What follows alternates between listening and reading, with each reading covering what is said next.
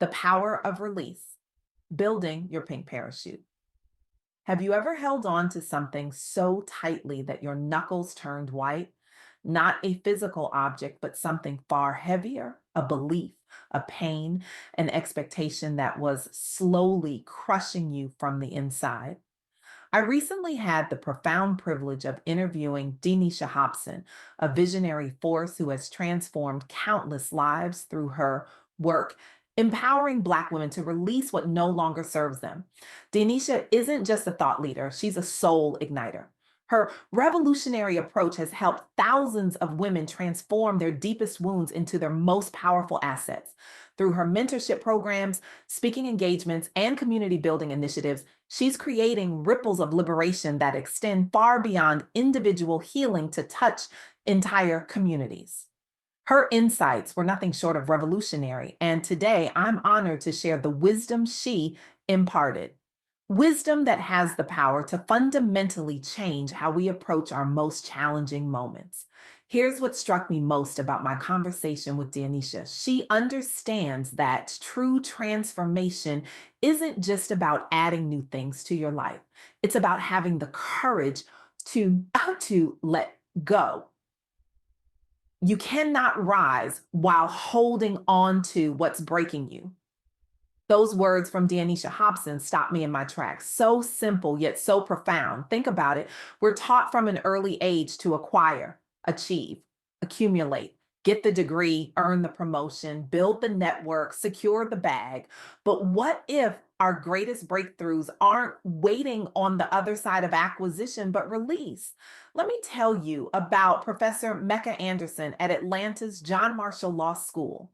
Before becoming an award winning educator transforming the legal profession, she was a high powered attorney at the Cochran firm, leading trial teams in Fulton County. By all conventional measures, she had made it. But as a Black woman navigating demanding roles while simultaneously mentoring others, the pressure was immense. The weight of representation, the burden of excellence, the exhaustion of code switching, the constant need to prove herself worthy of spaces not designed with her in mind. Imagine walking into courtrooms where people assume you're the defendant rather than the attorney. Imagine having to modulate your voice, your hair, your very being to be taken seriously. Imagine carrying not just your own dreams, but the hopes of an entire community on your shoulders. This was Professor Anderson's daily reality. Her transformation began when she made a radical decision to release traditional definitions of success and embrace a more purpose driven path through teaching. This wasn't stepping back, it was stepping forward into her true calling. The result? Professor Anderson was honored as a Georgia super lawyer and received the State Bar of Georgia's Commitment to Equality Award. She built innovative programs bridging theory with real world justice work, mentored emerging leaders across Georgia, and served on boards advancing equity in legal practice. But the numbers and accolades don't tell the full story. What's most remarkable is how her decision to release what no longer served her created a cascade effect. Students who never imagined themselves in legal careers suddenly saw a path forward. Young Black attorneys found a mentor who understood their unique challenges. The legal profession itself began to shift, becoming incrementally more inclusive because one woman had the courage to redefine success on her own terms. By releasing what no longer served her, she created space for something greater, not just for herself, but for generations of Black attorneys who will enter the profession better equipped because of her courage to choose purpose over prestige. This is what Deanisha Hopson means when she says true transformation begins when you release what no longer serves you. But let's be honest. Letting go is terrifying. We cling to familiar pain because at least it's predictable. We hold on to limiting beliefs because they've become comfortable companions. We maintain unhealthy expectations because we fear what might happen if we demand better. The question isn't whether we're holding on to things that limit us. We all are. The question is, what might become possible if we finally let them go? This brings me to the second profound insight from my conversation with Deanisha Hopson. Your story and your struggles have power. We live in a culture that often tells us to hide our wounds, to present polished, perfect versions of ourselves. Especially for Black women, vulnerability can feel dangerous in spaces where we're already fighting to be seen as competent and capable. But what if our greatest source of impact lies precisely in those struggles we've been taught to minimize or conceal? Consider the remarkable journey of Adebayo Ogunlesi. As a Nigerian born lawyer entering elite circles in global finance, he faced significant barriers related to race and identity in environments dominated by non Black peers. The conventional wisdom might have suggested downplaying his background, assimilating as much as possible. Instead, Ogunlesi did something revolutionary.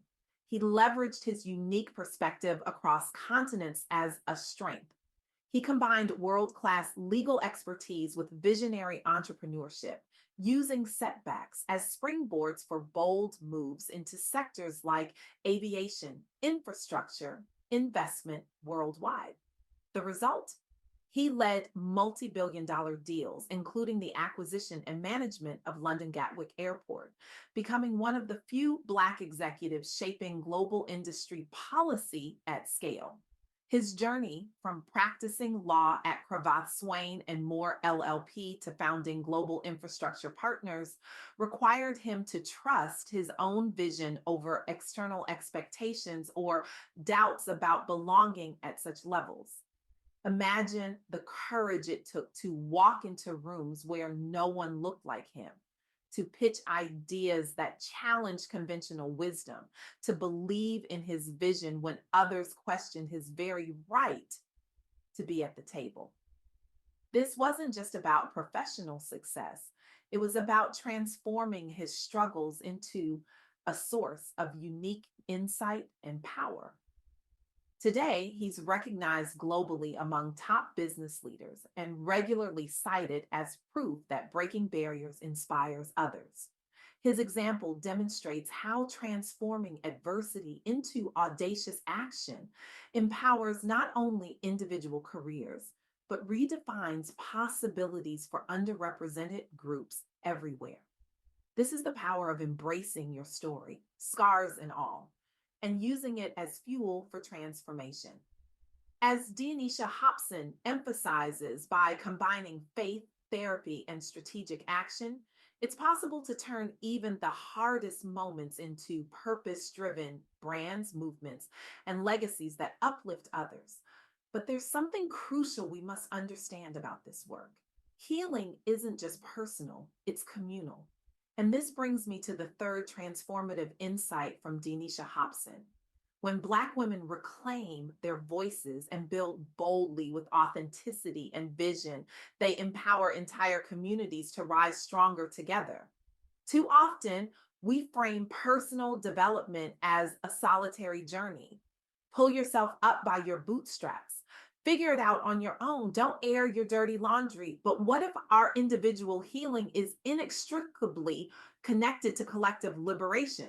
Let me share the story of Ashley Ramirez, who participated in Washington State's Dual Credit Work Group, a cross sector initiative designed to help students access college level courses while still in high school. Like many racially diverse students, Ashley faced institutional barriers accessing advanced educational opportunities due to systemic inequities in resources and support networks. What made this initiative different was its approach. Instead of treating these challenges as individual deficits to overcome, the Dual Credit Work Group used data driven collaboration between educators, policymakers, and students themselves, including Ashley, to redesign programs increasing access and equity statewide. The effort began when community members recognized persistent opportunity gaps affecting young women and families balancing multiple pressures and decided collective action was needed instead of going it alone. The group produced actionable research adopted by legislators and schools statewide. Ashley herself became a panelist sharing lived experience, inspiring further reforms beyond her district. Imagine the courage it took for a young student to stand before policymakers and share her struggles. Imagine the vulnerability required to transform personal challenges into public testimony. This wasn't just about Ashley's individual success. It was about changing systems so that thousands of other students wouldn't face the same barriers. The result? Ashley successfully navigated dual enrollment thanks partly to advocacy and data reforms now benefiting thousands more BIPOC students across Washington state annually. The project shows how communal healing and action transform systems, not just individuals, and why amplifying marginalized voices leads to all boats rising together toward wholeness and purposeful futures. This is what Deanisha Hopson means when she speaks about communal healing. When one Black woman heals, she creates possibility models for others. When one Black woman builds boldly, she expands the imagination of what's possible for her entire community. So, where do we go from here? What does this mean for you sitting in this audience today? Deanisha Hopson offers a powerful invitation. Give yourself permission this week to release one thing, a belief, a habit, a burden that's no longer serving you, so you can take one bold step toward building your own parachute moment. Maybe it's releasing the belief that you must be twice as good to get half as far. Maybe it's letting go of the exhausting habit of code switching in professional spaces.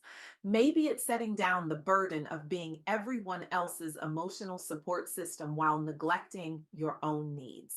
Whatever it is, imagine what might become possible if you simply let it go. I want to be clear. This isn't about toxic positivity or spiritual bypassing. The challenges Black women face in corporate America and beyond are real and systemic. The pink slips handed to talented Black women while underperforming men receive golden parachutes reflect deeply entrenched inequities that demand structural change. But as we fight those external battles, we must also attend to our internal landscapes. We must release what's breaking us so we can rise with our full power intact. Because here's the truth: you don't need to wait for someone else to hand you a golden parachute. You can build your own pink parachute, one that carries you not just to safety, but to heights you've never imagined possible. This is the essence of what Deanisha Hobson's work represents.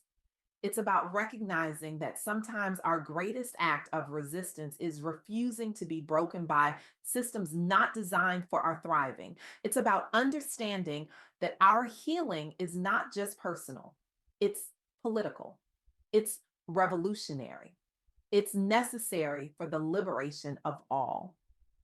So I leave you with this challenge. Today, identify what you're clutching so tightly that it's actually weighing you down. Name it, write it down, and then in one deliberate act of courage, release it. Because your liberation isn't just about you. When you heal, you create a ripple effect that touches everyone around you. When you build boldly, you create pathways for others to follow. When you reclaim your voice, you help others find theirs. This is how we transform not just individual lives, but entire communities. This is how we build a world where pink slips become pink parachutes, where what was meant to break us becomes the very thing that helps us soar. The power of release isn't just about letting go. It's about making space for something greater. It's about trusting that on the other side of surrender is not loss, but liberation. And that liberation It's waiting for you right now. All you have to do is open your hands and let go.